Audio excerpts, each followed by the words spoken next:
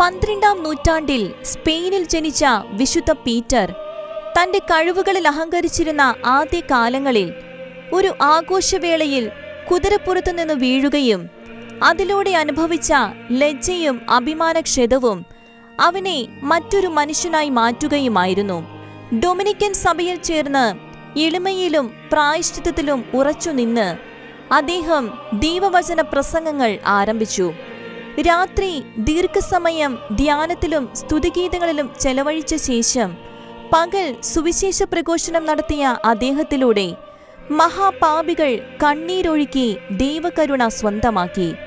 Ferdinand ദ്വിതീയൻ രാജാവ് അദ്ദേഹത്തെ കൊട്ടാരത്തിലേക്ക് ക്ഷണിക്കുകയും കൊട്ടാരത്തിലും അദ്ദേഹം ആശ്രമത്തിലെന്ന പോലെ ജീവിക്കുകയും ചെയ്തു.